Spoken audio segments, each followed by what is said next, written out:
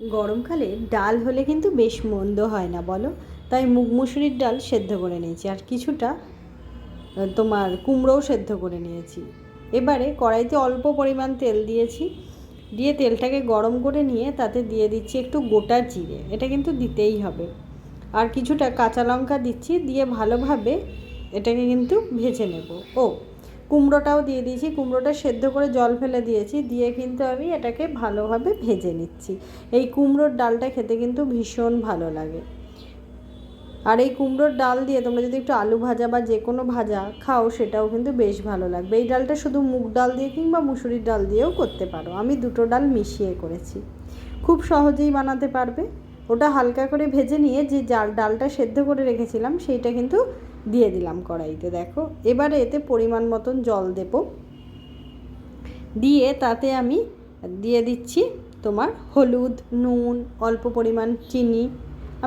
আমরা কিন্তু ডালে চিনি খাই, আর তোমরা যদি মনে করো চিনি দেবে না, না দিলেও পারো।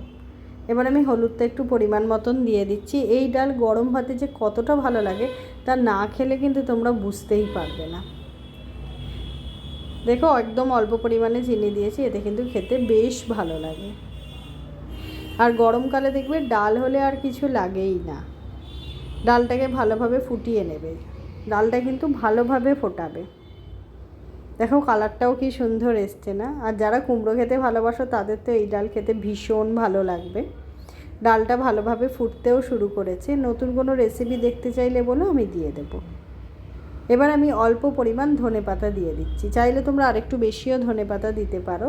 দিয়ে ভালোভাবে ডালটাকে আরেকবার ফুটিয়ে নিচ্ছি। এতে ধনেপাতার গন্ধটা কিন্তু ভীষণ ভালো লাগবে। দেখবে ডালে যখন খাবে তখন দেখবে ধনেপাতার গন্ধটাও কিন্তু বেশ ভালো লাগছে। দেখো কালারটা কি সুন্দর এসছে, এই দেখো।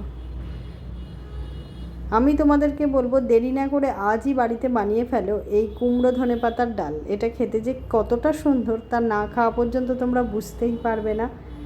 রান্নাটা খুব খুব সহজে তোমরা বানাতে পারবে, কিন্তু খেতে কিন্তু দারুণ লাগবে, এটা তোমাদেরকে বলতে পারি। এবারে আমি নামাবার আগে একটুখানি জিরে গুঁড়ো দিয়ে দিচ্ছি। তৈরি হয়ে গেল আমার কুমড়ো ধনেপাতার ডাল।